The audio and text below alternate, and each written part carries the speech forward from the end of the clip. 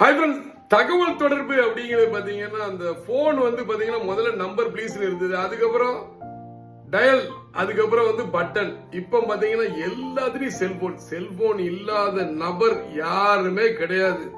சின்னதுல இருந்து பெருசு வரைக்கும் வச்சிருக்காங்க. பட் நம்ம வந்து ஒரு குறிப்பிட்ட நபரை மிந்தி வந்து கான்டாக்ட் பண்ணணும்னா அவர் வந்து அந்த இடத்துல ஸ்பாட்ல இருந்தாலும் அவர் இல்லைன்னு சொல்லிட்டு போயிருவாங்க. பட் இப்போ வந்து தப்பிக்கவே முடியாது, நம்ம கையில தான் போன் இருக்கு. நம்ம எடுக்கலைன்னா நம்ம தப்பு தான். சோ எந்த போனையும் எடுங்க, யாருக்கும் பதில் சொல்லுங்க.